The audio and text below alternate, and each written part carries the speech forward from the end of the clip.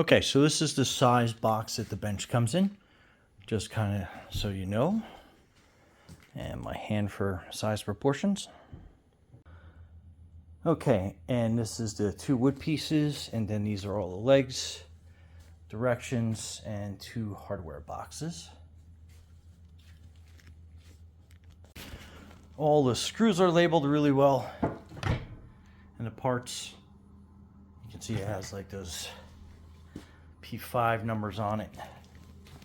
Then each leg, P2, P3. Directions are pretty straightforward. Okay, so you're basically kind of like lining up the screw holes on the wood, so you can kind of like see that it's pre-drilled. So got the 3 legs already, so it's pretty easy. Okay, so these metal pieces, this is kind of like the orientation, and then you have the screw holes on either side, just so you have that set up the right way. So why there are some empty nut certs on this side is because when you go around to this side, that's what it is. So it's kind of like reversible.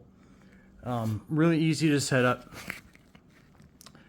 And oh, so there's 1, 2, and then there's a 3rd hole down. That gives you 36 inches roughly from the bottom to the top.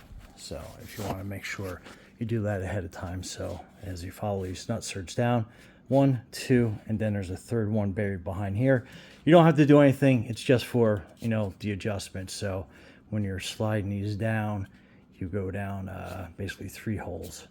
Anyway, you'll figure it out. Anyway, really nice workbench. Nice and solid.